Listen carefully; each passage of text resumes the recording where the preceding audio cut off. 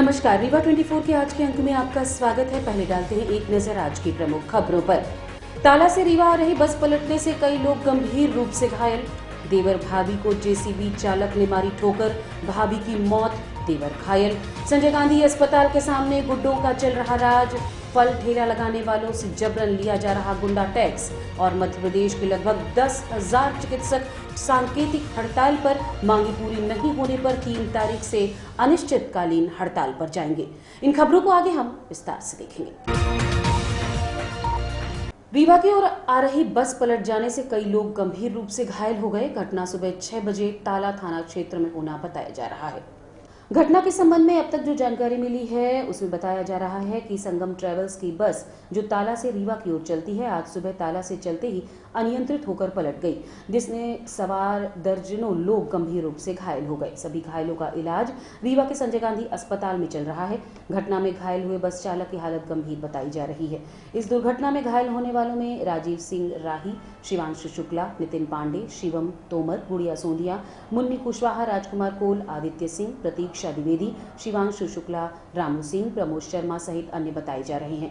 2 दर्जन से अधिक लोग घायल हुए हैं, जिसमें से अब तक 12 लोगों को संजय गांधी अस्पताल में भर्ती कराया गया है, जिसमें चालक सहित एक युवक की हालत गंभीर बनी हुई है। प्रतीक्षा द्विवेदी कोचिंग करने जा रही थी। ऐसे घटना कैसे हुई? कुछ आपको समझ में आया? नहीं, बस पलट गई। मुझे सुनाई बस दे रहा था कि बस पलट गई। कितने लोग घायल हुए? घायल 4-5 ही हुए। कितने बजे घटना थी? 6:40। सुबह? हाँ, सुबह। कहाँ जा रहे थे आप? रीवा। पेपर देने? नहीं, कोचिंग। सुबह आ रहे थे तैयार होके, पेपर था आज मेरा, पेपर देने आ रहे थे। गांव से 3 किलोमीटर बाद बस पलट गई। कैसे घटना हुई? क्या किस गांव से कहाँ जा रहे थे? ताला से रीवा आ रहे थे। रीवा में पेपर? हाँ, TRS कॉलेज में। किस सब्जेक्ट के? मैं BCom CA का हूँ, सेकंड ईयर। घटना कैसे हुई? कुछ जानकारी हुई? कैसे बस पलटी? क्या बस साइड में मिट्टी डली थी, इसी साइड को टर्न हुई तो इसी साइड घुस गई। कितने लोग बैठे थे बस में? अब मैं गिनती नहीं किया हूँ, 10-12 समथिंग ऐसे बैठे थे। कितने बजे घटना घटी है? ये 6:30। ये एक 6:30 की एक बस जो है ताला से रीवा के लिए आती है, जो हमारे पाटन क्षेत्र में आता है, ताला मुकुंदपुर के पास में। और कुछ ही दूर पे 5 मिनट में ये जो बस है 5 मिनट में, मतलब 6:35 के आसपास ये सड़क किनारे गुड़क गई, मतलब पलट गई। और यहाँ पर अभी 10 लोग आए हैं, उसमें से एक सीरियस है, जिसको हमने अभी CT स्कैन के लिए भेजा है और उसको फ्रैक्चर भी ऐसा लग रहा है। बाकी जो 9 लोग हैं उनको माइनर इंजरी है और अभी हम लोग प्राइमरी ट्रीटमेंट के बाद में उनको हो सकता यहाँ रखेंगे और हो सकता है कि किसी को। ये अभी जो बस चालक बता रहा था वो मालिक भी है शायद, रवि सिंह पिता सुरेंद्र सिंह, उम्र 24 साल, निवासी इटमा कुठार, थाना ताला का रहने वाला है। वो ये बता रहा है कि पानी गिरा था, गीली मिट्टी थी, तो मिट्टी में अचानक गाड़ी स्लिप हो गई और अनियंत्रित होकर पलट गई। ऐसा कहाँ जा रही थी? ये जा रही थी रीवा। ये रवि सिंह की बस है। क्या नाम है बस का? बस मालिक का नाम रवि सिंह है, जो वही ड्राइव कर रहा था। ताला से रीवा आ रहे थे? ताला से रीवा आ रही थी। पानी की बस चला रही थी? हाँ, मालिक रवि सिंह। कितने लोग थे इसमें? इसमें करीब 10-11 लोग थे। कितने बजे से घटना? नहीं, मतलब 11 लोगों को चोट आई है, 15-18 लोग बता रहे हैं। कितने बजे घटना घटी है? ये घटना तो सुबह 6:30। देवर भाभी को जेसीबी चालक ने मारी टक्कर, भाभी की मौत, देवर गंभीर रूप से घायल। घटना बैकुंठपुर थाना क्षेत्र के कररिया की है, जहां बाइक सवार देवर भाभी को पीछे से आ रही जेसीबी मशीन के चालक ने जोरदार टक्कर मार दी। घटना में महिला की मौत हो गई, जबकि देवर गंभीर रूप से घायल है, जिसे उपचार के लिए संजय गांधी अस्पताल में भर्ती कराया गया है। बताया जाता है कि दोनों बाइक सवार सिरमौर जा रहे थे, तभी सड़क दुर्घटना का शिकार हो गए। राजवती साकेत नाम की महिला की मौत हुई है, जबकि देवर ज्ञानेंद्र चौधरी घायल है। अपने घर से कोलाहा से सिरमौर आ रही थी। कैसे घटना कैसे हो गई? क्या पता? घटना मोटरसाइकिल में बैठे थे, उसका देवर ऊपर JBC मशीन पीछे से ठोकर मार दी। कहाँ की घटना है? कररिया, ग्राम पंचायत कररिया, थाना सिरमौर। कितने बजे की घटना रही होगी लगभग? अब लगभग हम थोड़ा नहीं वहाँ, हम 12 के करीब, 11:30 के करीब। महिला की मौत हो गई? महिला की मौत हो गई? अभी हमको तो जानकारी नहीं है। देवर को भी चोटें आई? जी, देवर है था। शंकर लाल चौधरी। ये दोनों रहने वाले कहाँ के? एक ही वो हमारी पुताऊ है, वो लड़का था, लड़का चला रहा था। फल ठेला लगाने वाले पीड़ित व्यापारी ने पुलिस अधीक्षक से न्याय की गुहार लगाई है। घटना रीवा जिले के संजय गांधी अस्पताल के सामने की है, जहां फल ठेला लगाने वाले पीड़ित व्यापारी ने पुलिस अधीक्षक से न्याय की गुहार लगाई है। पीड़ित ने आरोप लगाया है कि धोबिया टंकी निवासी रीबू खान दुकान संचालित करने के बदले 100 रुपए गुंडा टैक्स वसूलता था। अब 100 की जगह 200 की मांग कर रहा है। न देने पर उसे मारने की धमकी दे रहा है। पीड़ित रानू जायसवाल ने आरोपी की गुंडई का वीडियो भी बनाकर पुलिस अधीक्षक को सौंपा है। बताया जाता है कि आरोपी आपराधिक प्रवृत्ति का व्यक्ति है, जिसके द्वारा गुंडा टैक्स वसूला जा रहा है। मामला मान लीजिए कि वहाँ पास ठेले लगाते हैं, सरकारी ज़मीन है, वहाँ पास का पैसा लिया जाता है। आप ठेला लगाते हैं? जी सर। ठेला लगाते हैं? सब्जी एवं फल का। कहाँ पर? अस्पताल गेट धोबे टंकी में। कौन परेशान कर रहा है? रीबू खान। कौन है ये वहीं पास के रहने वाले सर। कब से आपको परेशान कर रहा है? ये मान लीजिए कि पहले पिताजी लगाते थे तो कोई नहीं लेते थे। जब से हमने लगाना चालू किया तो पहले सब्जी भाजी लेना चालू कर दिए, उसके बाद पैसा धीरे धीरे पैसा लेना चालू कर दिए। अब वहीं पास मान लीजिए दारू वगैरह पीते हैं, वहीं पास मान लीजिए कहीं आगे लगाते हैं ठेले में, कहीं कुछ लगाते हैं। इसकी शिकायत आपने थाने में की थी? थाने में भी की थी और ये अमैया थाने में की थी। कार्रवाई नहीं हुई? कार्रवाई अभी तक नहीं हुई है। और आपके यहाँ भी दिए थे नगर निगम, वहाँ भी दिए थे, वहाँ भी कुछ बोला जाता है आपको? यहाँ ठेला ना लगाओगे तुम। और हालांकि कल मान लीजिए कि मेरी ठेला ले गए और थाने गए, थाने से मान लीजिए फ़ोन लगाया गया तो ठेला हमारा मिल गया और कार्रवाई कुछ नहीं हो रही है। कार्रवाई कुछ नहीं। तब से मतलब पिताजी भी आपके वहाँ? पिताजी भी लगाते थे। अब आप काम कर रहे हैं? हाँ जी जी जी। लगभग 2-3 साल से आप? नहीं, कम से कम मान लीजिए 15 वर्ष हो रहे हैं। 15 वर्ष जी। अभी तक कार्रवाई नहीं हो रही है। ये कहाँ के रहने वाले हैं सर? ये सब वहीं के दो बेटेंगे सर। काफ़ी बड़ा। क्या है? बस उनको पैसा मिलता रहे तो मतलब कुछ ना होगा। पैसा बंद कर दिया तो मान लीजिए कि शासकीय चिकित्सक अपनी मांगों को लेकर एक बार फिर हड़ताल के रास्ते पर चल पड़े हैं। हड़ताल के आज दूसरे दिन पूरे मध्य प्रदेश में 2 घंटे का सांकेतिक काम बंद हड़ताल की गई और मांग पूरी न होने पर अनिश्चितकालीन हड़ताल पर प्रदेश भर के चिकित्सक जा सकते हैं। चिकित्सक महासंघ के बैनर तले प्रदेश के 10,000 चिकित्सकों ने अपनी कई वर्षों से लंबित मांगों को लेकर 17 फरवरी 2023 को प्रदेश व्यापी आंदोलन किया था, जिसे मुख्यमंत्री के आश्वासन पर जनहित में स्थगित कर समस्त चिकित्सक कार्य पर लौटे थे। प्रदेश के चिकित्सकों के सभी संवर्गों के लिए डीएसीपी योजना को लागू करने हेतु मुख्यमंत्री के निर्देश पर दिनांक 17 फरवरी 2023 को अपर मुख्य सचिव चिकित्सा शिक्षा एवं स्वास्थ्य मध्य प्रदेश शासन की अध्यक्षता में उच्च स्तरीय समिति की गठन किया गया था। उच्च स्तरीय समिति की कई दौर की बैठकों और चर्चा के बाद भी मांगे लंबित हैं। लगभग 2 माह से अधिक समय बीत जाने के उपरांत भी कोई ठोस कार्यवाही नहीं की गई, जिसके चलते सभी चिकित्सक सांकेतिक हड़ताल पर हैं और 3 मई से अनिश्चितकालीन हड़ताल पर चले जाएंगे।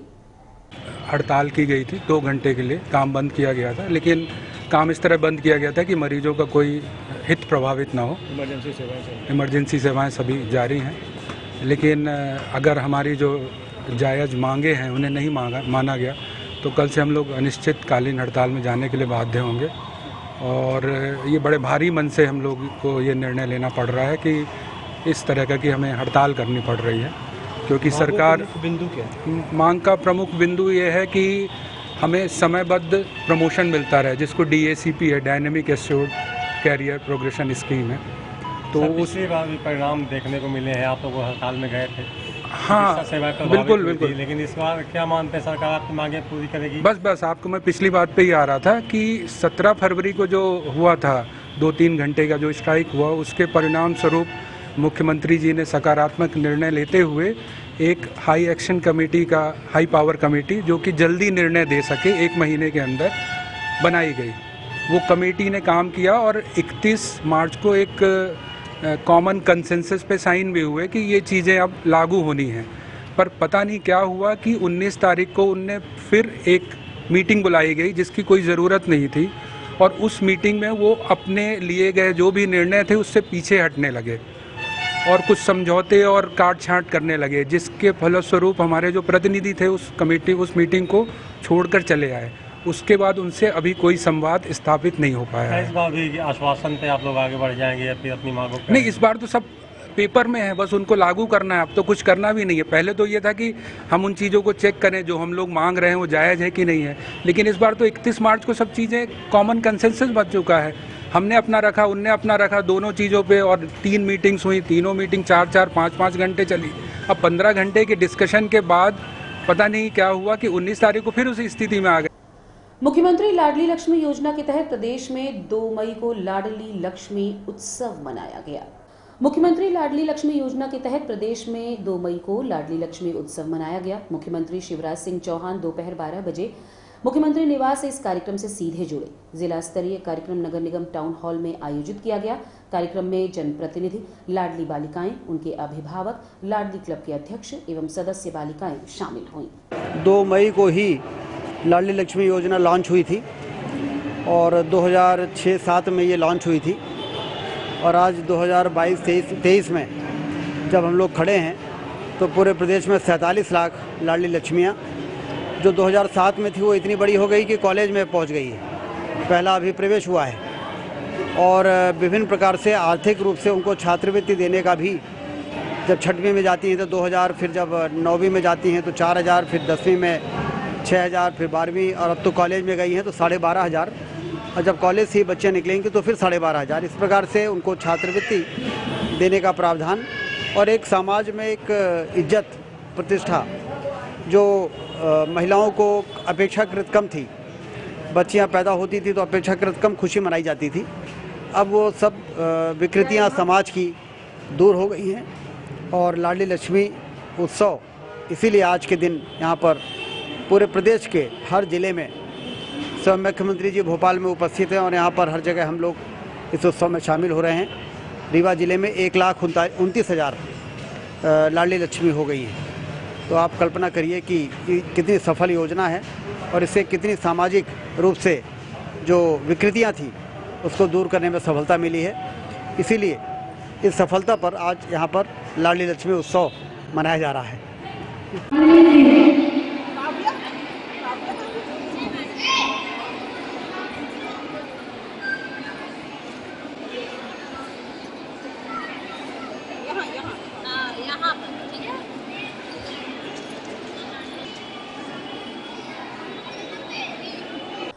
आज रीवा में रोजगार सहायक विवेकानंद पार्क से रैली निकालते हुए चिरहुला मंदिर के लिए रवाना हुए, जहां रोजगार सहायकों के द्वारा चिरहुलानाथ मंदिर में मुख्यमंत्री शिवराज सिंह चौहान के नाम संदेश भी। रोजगार सहायकों का कहना है कि बीते 1 माह से वो निरंतर अपने हक की लड़ाई लड़ रहे हैं, लेकिन प्रदेश के मुख्यमंत्री शिवराज सिंह चौहान को अभी तक उनकी आवाज सुनाई नहीं दी। अब वो भगवान के माध्यम से मुख्यमंत्री को सद्बुद्धि देने के लिए संदेश भेज रहे हैं। रोजगार सहायक एवं सचिवों की मांग में कहा गया है कि जिला संवर्ग सहायक सचिव में संविलियन का नियमितीकरण किया जाए। वहीं प्रमुख रूप से वेतन पंचायत सचिव के संपर्क से होने से 90% सहायक सचिव पर भी लागू कराया जाए, जो कम से कम 30,000 रुपए हो। रोजगार सहायक एवं सचिव की अन्य मांगे हैं जिसके लिए वो निरंतर लड़ाई लड़ रहे हैं, लेकिन अभी तक उनकी मांगों को नहीं माना गया। पार्क से जा रहे हैं स्वामी चिरहुलानाथ के दरबार में। हम लोग ग्राम रोजगार सहायक हैं और पूरे रीवा जिले के आज रोजगार सहायक यहाँ पर उपस्थित हुए हैं। अपनी मांगों को पूरा करवाने के लिए हम लोग शासन प्रशासन सबको अपनी अर्जी दी, पर किसी ने नहीं सुना। अंतिम ने सब लोगों ने निर्णय ये लिया कि अब सीधे प्रभु के चरणों में चला जाए और उनसे विनती की जाए। हम देश के मुखिया को शिवराज सिंह चौहान जी को आप लोगों ने ज्ञापन दिया था, क्या हुआ? माननीय मुख्यमंत्री जी ने सिर्फ आश्वासन दिया कि हम कुछ अच्छा करेंगे, पर अभी तक पिछले 4 साल से अच्छा कुछ भी नहीं हुआ है। पिछले 6 साल से हम लोगों को वेतन 1 रुपया नहीं बढ़ा, मात्र 9,000 के अल्प मानदेय में हम लोग कार्यरत हैं। भगवान के पास मतलब आप जी प्रार्थना करने जा रहे हैं चिरहुलानाथ स्वामी के पास। हनुमान जी को ज्ञापन देंगे कि हे प्रभु हम लोगों को कल्याण करो। तो आप लोगों ने भगवान के भरोसे छोड़ दिया? जी हाँ, जी हाँ। यदि वहाँ से भी आपकी मांगे पूरी नहीं होगी क्या करें? नहीं, शासन प्रशासन है, माननीय मामा जी हैं, शिवराज सिंह हैं, उनसे हम लोगों को पूरी उम्मीदें हैं कि मामा जी कुछ न कुछ अच्छा अपने भांजों करेंगे। भांजे भांजी दोनों हैं उनके साथ। भगवान के पास जाने की क्या जरूरत पड़ गई? मामा जी को हो सकता है कि सद्बुद्धि दें। वर्तमान समय में मामा जी शायद व्यस्त हैं, हम लोगों की बात नहीं सुन पा रहे हैं। हो सकता है प्रभु घंटी बजाएं कि जाओ बस सुनो अपने भांजे भांजियों की बात। विधानसभा चुनाव आने वाला है जी, भगवान तो जल्दी सुनेंगे भगवान। नहीं, विधानसभा चुनाव है। देखिए, हम यहाँ पर कोई सत्ता पक्ष या विपक्ष का बिल्कुल हम लोग नहीं कर रहे हैं। हम लोग के कर्मचारी हैं, जो अच्छा करेगा हम उसके साथ रहेंगे। मतलब उम्मीद है कि आपकी मांगे मानी जाए? जी, निश्चित रूप से मामा जी पर पूरा भरोसा है। भगवान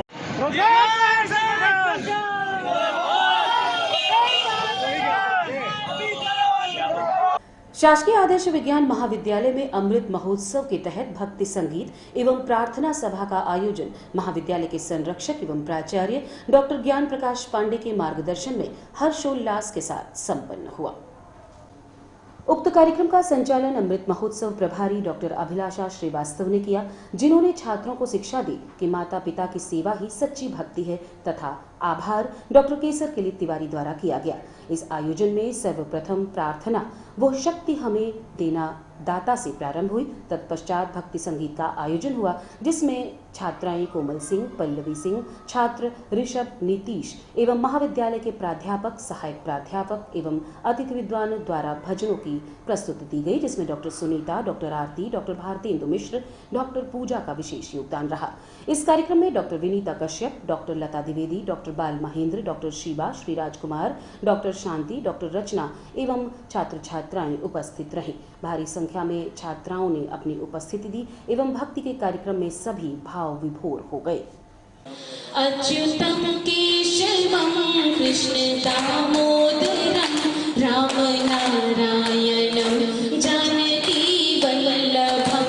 अच्युतम केशवम कृष्ण दामोदरम राम नारायणम जानकी वल्लभम। राम नारायणम जानकी वल्लभम। कौन कहता है भगवान आते नहीं, कौन कहता है भगवान आते नहीं। तुम मीरा के जैसे बुलाते नहीं, तुम मीरा के जैसे बुलाते नहीं। अच्युतम केशवम कृष्ण दामोदरम राम नारायणम जानकी वल्लभम। राम नारायणम जानकी वल्लभम।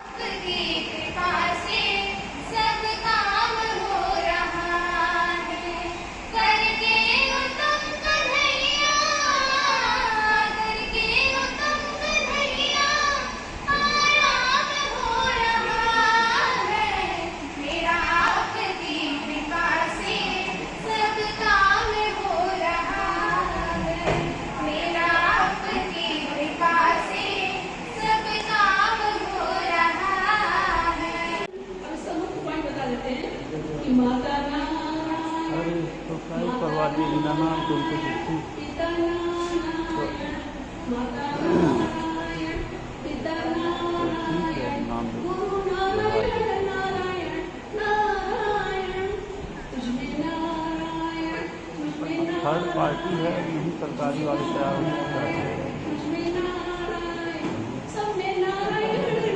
ग्राम पंचायत रामगढ़वा में पुश्तैनी रूप से बसे लोगों को घर से उजाड़ने, घरों में ताला लगाने और गाली गलौज के संबंध में ग्रामीणों ने आज एसपी को ज्ञापन सौंपा। रामगढ़वा से आए ग्रामीणों ने बताया कि 30 अप्रैल को सुबह 6 बजे बृहस्पति सिंह उर्फ डिम्पू पिता धीरेन्द्र सिंह, विनय सिंह पिता परमपाल सिंह निवासी रामगढ़वा, शिवशंकर तिवारी पिता अंबिका तिवारी निवासी देवखर और उनके साथ अन्य लगभग 15 से 20 की संख्या में लोग आए और घर के बाहर खड़े होकर गालियां दी और घर से निकाला। ये कहा कि हमारी पंचायत की शासकीय जमीन है। इतना कहते हुए लोगों के साथ धक्का मुक्की करते हुए दरवाजा बंद कर ताला लगा दिया। इस दौरान ललिता गुप्ता पति द्वारिका प्रसाद गुप्ता बेहोशी की हालत में चली गई, जिसका हार्ट अटैक का लंबे समय से इलाज चल रहा था। इसी प्रकार गायत्री देवी मिश्रा को घर के अंदर बंद कर बाहर से ताला लगा दिया गया। इस तरीके से तकरीबन 60 परिवारों के घर में ताला लगाया गया है। सरहंगों के कारण पूरे मोहल्ले में भय का वातावरण निर्मित है, जिसकी सूचना पुलिस थाना को दी गई है और स्थानीय समाचार पत्र में भी घटना प्रकाशित की गई, लेकिन कोई भी कार्यवाही नहीं हुई। पटवारी हल्का रामगढ़वा में एक मध्य प्रदेश शासन की जमीन है जो अंतरैया से देवखर रोड जाती है। उसमें लगभग 200 परिवार 50 वर्ष से ऊपर से बसे हुए हैं, जिसमें ग्राम पंचायत रामगढ़वा के सरपंच के पुत्र टिम्पू सिंह, शिवशंकर तिवारी जो वहाँ के भाजपा के मंडल अध्यक्ष हैं, विनय सिंह, ऐसे करीब 10-15 बीजेपी से जुड़े हुए लोग आए। इनके घरों में ताला लगा दिए। ताला इसलिए लगाए कि इन लोगों से ये कहा कि ये सर जमीन जो है ये शासकीय है, ये इसको ग्राम पंचायत की आवश्यकता है। यदि 2-2 लाख 3-3 लाख रुपए दे सकते हो तो इसका पट्टा बनवा दें, यदि नहीं दे सकते हो तो ये ज़मीन ग्राम पंचायत की है। हम इसमें ताला लगाते हैं। ये सुबह 6 बजे की 30 तारीख को सुबह 6 बजे की बात है। हम लोग इसलिए आए हैं कि जो अवैधानिक लोग गुंडा या गर्दी पूर्वक जा करके उनके घरों में ताला लगाए, उनके विरुद्ध आपराधिक प्रकरण दर्ज हो, और जो ये भूमिहीन है, दलित है, इनको जो शासन घोषणा कर रही है कि हम इनको आवास नीति के तहत पट्टा देंगे, उस आवास नीति के तहत इन गरीबों को पट्टा देंगे। इस मांग को लेकर के हमने कलेक्टर साहब से मिला, पुलिस अधीक्षक साहब से आवेदन दिया। अब अगर यहाँ से ये आश्वासन क्या मिला? आश्वासन ये मिला, कलेक्टर साहब ने ये कहा है हम जांच करवा करके पट्टा देंगे, पर एसपी साहब के यहाँ से कोई ऐसा आश्वासन नहीं मिला कि जो ये आपराधिक कृत्य किए, माने गुंडागर्दी पूर्वक सामाजिक तत्वों को लेकर उनके घरे में ताला लगाए गए, उनके खिलाफ मुकदमा दर्ज करने की बात इनके द्वारा थाना गए थे, वहाँ शिकायत। और रुकेंगे एक छोटे से विराम के लिए, बने रहिए रीवा 24 न्यूज के साथ। हड्डी जोड़ एवं रीढ़ रोग तथा स्त्री रोग एवं प्रसूति रोग का इलाज एक ही छत के नीचे। विघ्नहर्ता hospital and trauma centre, hotel landmark के पास, रतहरा, रीवा। डॉक्टर संतोष सोनी, पूर्व चिकित्सक, बॉम्बे हॉस्पिटल, मुंबई। हड्डी जोड़ एवं रीढ़ रोग विशेषज्ञ, छोटे चीरे एवं दूरबीन विधि द्वारा हाथ तथा पैर की हड्डियों का ऑपरेशन। गठियाबात, जटिल एवं बिगड़े हुए फ्रैक्चर का बेहतर इलाज करते हैं डॉक्टर संतोष सोनी। विघ्नहर्ता हॉस्पिटल ट्रॉमा सेंटर में ही स्त्री एवं प्रसूत रोग विशेषज्ञ डॉक्टर शैलजा सोनी भी उपलब्ध हैं, जिनकी देखरेख में नॉर्मल डिलीवरी, सिजेरियन ऑपरेशन एवं बच्चेदानी से संबंधित ऑपरेशन की बेहतर सुविधा। संतानहीन दंपत्ति तत्काल संपर्क करें। विघ्नहर्ता hospital and trauma centre, hotel landmark के पास, रतहरा, रीवा। सुविधाजनक एवं सफल इलाज हेतु आज ही संपर्क करें। विघ्नहर्ता hospital and trauma centre, hotel landmark के पास, रतहरा, रीवा। मोबाइल नंबर 7828781983 अथवा 8462956774 पर।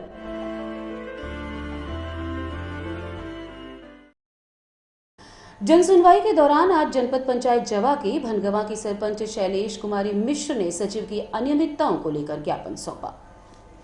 सरपंच ने बताया कि ग्राम पंचायत सचिव नियमित रूप से नहीं आते और पंचायत में रहकर जनता का काम भी नहीं करते और वो पंजी पर हस्ताक्षर भी नहीं लेते, न ही किसी प्रशासनिक कार्य की जानकारी दी जाती।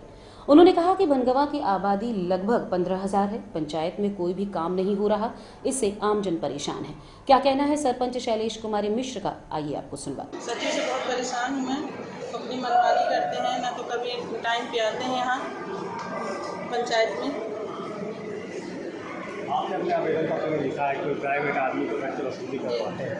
एक सत्यम त्रिपाठी नाम का लड़का है, उसको GRS में जब दिए हैं, वो अवैध वसूली करते हैं। तो क्या आपके यहाँ ये योजनाओं के क्रियान्वयन नहीं हुए, क्या विकास कार्य चालू नहीं हुए? नहीं, कोई कार्य नहीं चालू है। क्या चाहती हैं आप?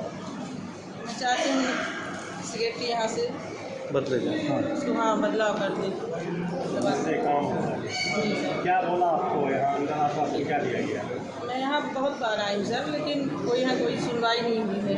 CO साहब को दिया आवेदन, आवेदन आप दे चुकी कई बार? कई बार आई, लेकिन 4-5 बार आई, नहीं, कुछ नहीं हुआ। क्या मानती हैं आपकी प्रशासन पता नहीं सर क्या है, कैसे आप गाँव क्योंकि जनता ने आपको सुना है, तो कैसे विकास कार्य कर पाएंगे? सेक्रेटरी अपना मनमानी करते हैं, कुछ कर ही नहीं सकते। भाई कलेक्टर से आप मिली है? जी मिली, हाँ आई थी, कुछ नहीं बोले कि हो जाएगा। आज की खबरों में बस इतना ही। नई खबरों के साथ कल होंगे पुनः उपस्थित। अब दीजिए इजाजत, नमस्कार।